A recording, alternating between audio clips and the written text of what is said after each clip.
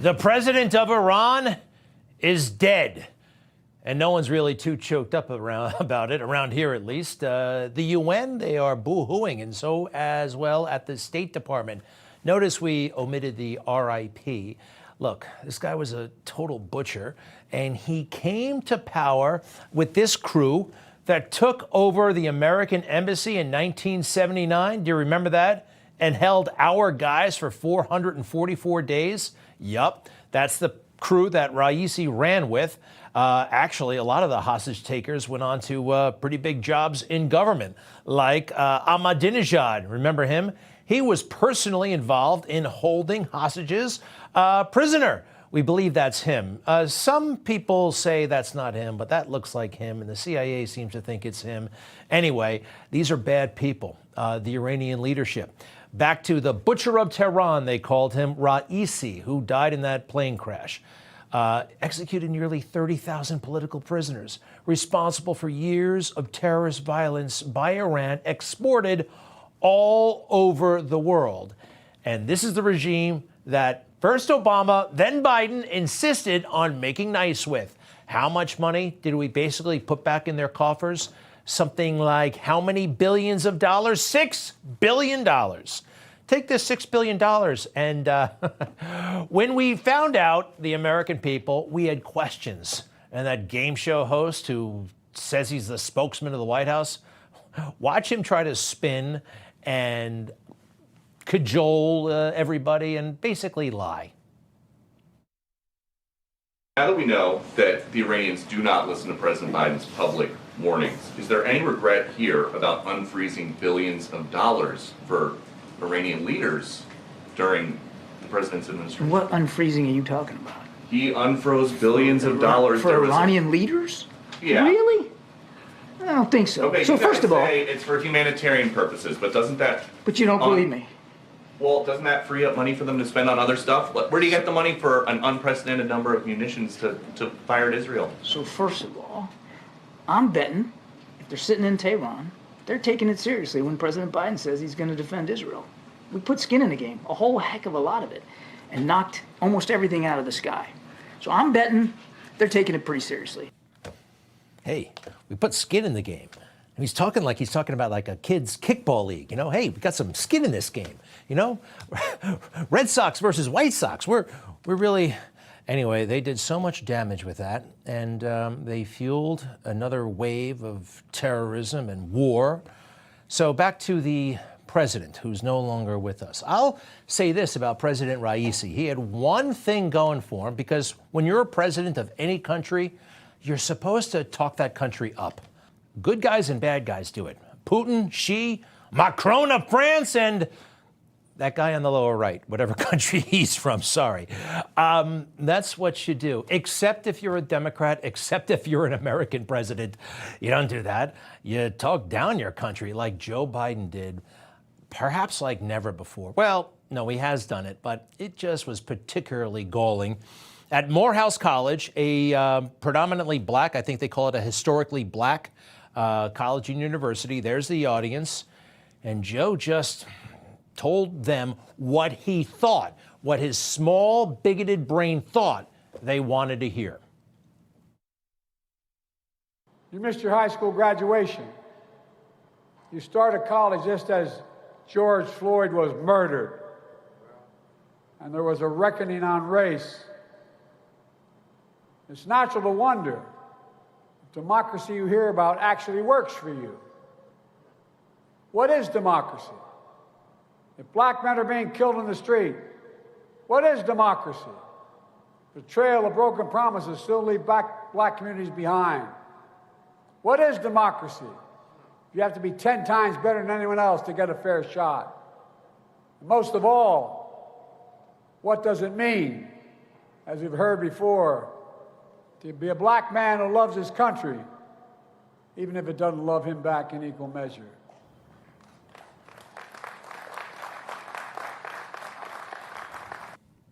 Disgusting. And thankfully, the audience, I mean, they knew. There were like 7 people clapping to those horrendous, ugly, pandering words. You know, what did he say, that one thing? You got to be 10 times better if you're black. And, you know, coming from Joe Biden, that's rich. Because I happen to know that he resents the hell out of Barack Obama. Remember, he ran for president in 2008.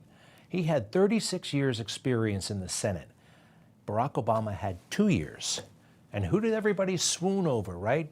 Who became the nominee basically overnight? Barack Obama. Joe got 0%. He knows how things worked out there. But anyway, it's an election season, and he's trying to scare black people, and he knows that the numbers are not going his way. People are waking up, no matter what you look like, that this guy is a zero and Donald Trump is the future.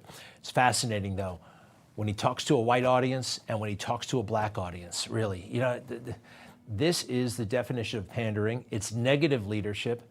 And, well, take a look. I thought we had to unify the country, because ultimately we are a democracy. The value of the exact same home, built by the exact same builder, is more valuable on the white side of that highway than on the black side. I've never been more optimistic in my life about the future of this country and the ability to unify this country. I really mean it. As we gather here today, let's recommit to the work of standing together and taking care of one another. Let's do the work of spreading hope, joy, love. A vivid demonstration when it comes to race in America. Hope doesn't travel alone. It's shadowed by fear, by violence, and by hate. We just have to remember who we are. We are the United States of America. There's nothing beyond our capacity. If you live in one of those neighborhoods and you have the same exact car I have in the other neighborhood, you pay more for your insurance than that side. No basis for it, none at all, other than you're black and I'm white. It's really amazing to watch, right? He has no respect for anybody, for this country, for people, no matter what color skin they have. He really thinks he's all that. Joe, we all saw this coming. People are on to you and have been on to you for a long time. You know, Candace Owens, lately, I'm not sure what she's been talking about, but man, she can be totally brilliant. This is all the way back 5 years ago. A Democrat playbook. She nailed them. Bottom line is that white supremacy, racism, white nationalism, words that once held real meaning, have now become nothing more than election strategies. Every 4 years, the black community is offered handouts and fear. Handouts and fear. Reparations and white nationalism. This is the Democrat preview. Yep, you nailed it, Candace. It's fascinating. Joe Biden can lie about America and basically get away with it, not be called out by anybody except me and a handful of other folks in conservative media. Yet the whole country, the culture, continues to feast and tear apart Harrison Butker's speech. His speech delivered at that small Christian college in Kansas. I thought he was amazing. Now, you already know about the liberal pushback, and I'll get to that in a bit because it amuses me, but I did not expect this. I did not expect pushback from the Christian community. I did not expect pushback from nuns from the very college where he delivered that magnificent speech. But these nuns, these sisters, gosh, I got to tell you, ladies, have you lost your mind? They've gone woke in the middle of Kansas, in the middle of that conservative Christian school. These nuns were outraged by what they heard. Yup, they were. They put out a statement and everything. Instead of promoting unity in our church, our nation, and the world, his comments seem to have fostered division. Well, ladies, sisters, whatever, I'm here to tell you that it's not all about creating unity, all right? It's not. Our culture, a lot of us don't want to be aligned with that. And if you study your Bible, if you go to Matthew, Jesus had a few things to say about this, right? It wasn't all about unity, not by a long shot. Not everybody is going to be down with what Christians stand for. Next, please. What else do they have to say about it? They put this on their Facebook page. The sisters have a Facebook page. Next, one of our concerns was the assertion that being a homemaker is the highest calling for a woman. He actually didn't say that. Next, please.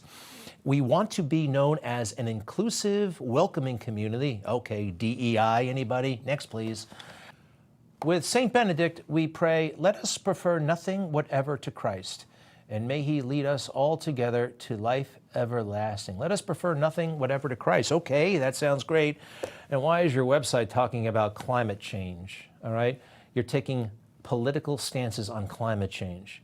Right there on the Sisters website, the rate of global warming as it is occurring today is caused by human activity, mainly the burning of fossil fuels. So what do they put right outside the nunnery? Solar panels. I think they've lost focus of their mission. There's a lot of crazy things. It wasn't just these nuns, by the way. The fake news, they found priests to say that what Harrison Butker said was wrong. Do you think it's representative of Catholic doctrine and what most Catholics think and practice?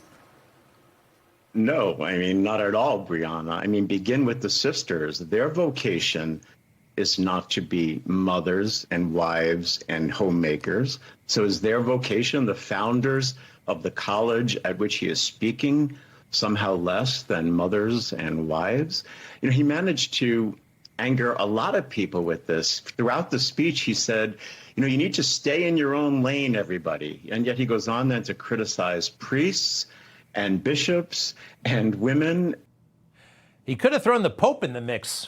That would have been appropriate too, given what we've seen lately. Padre, there's something very, very wrong with this. Again, he said one of the highest callings. Just imagine if the Obama showed up at that college, huh? I bet the sisters would still be swooning if Barack said something like this.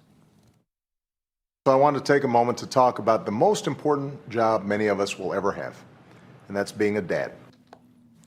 It's really amazing that we have the clergy fighting this guy who said one of the highest honors in life can be parenting, right? Bringing up a child. It's we've really fallen, but we're getting back up. First, we got to deal with Taylor Swift.